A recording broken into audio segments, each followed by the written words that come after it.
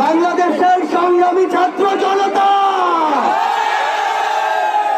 যেই শাহবাগের মঞ্চ থেকে আমাদের লড়াইয়ের চূড়ান্ত ধাপ শুরু হয়েছিল, আজ আমরা অনেকটাই বিজয়ীর বেশে সেই শাহবাগের মঞ্চে আবার এসে জড়ো হয়েছি।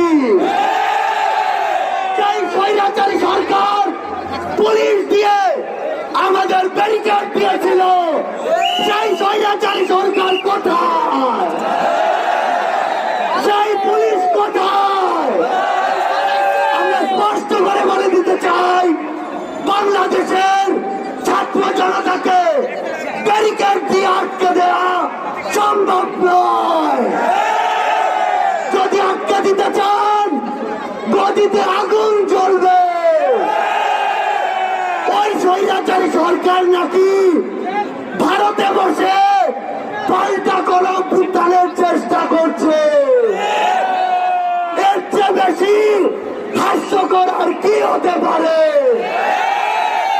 আমরা স্পষ্ট করে বলে দিতে চাই, যদি যেখান থেকেই হোক পাল্টা কোনো অভ্যুত্থানের চেষ্টা করে থাকেন, তাহলে আপনাদের গায়ে ভরা জানাজা পড়ার লোক খুঁজে পাবেন না।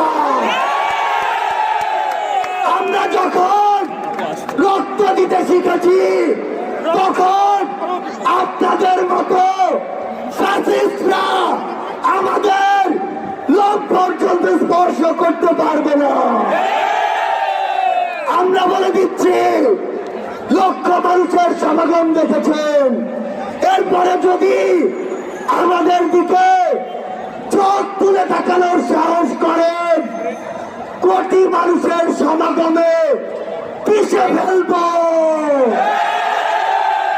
আমরা স্পর্শ করে বলে দিতে চাই, এই বাংলাদেশ 16 বছর পরে স্বাধীনতার যে নতুন মুখ দেখেছে, সেই মুখের দিকে কেউ যদি নজর দেওয়ার চেষ্টা করে, তাহলে তার জায়গা আমাদের এই বাংলাদেশে হবে না। আমরা একটু কথা আপনাদের স্পষ্ট করে বলে দেই, ওই যে শয়তানরা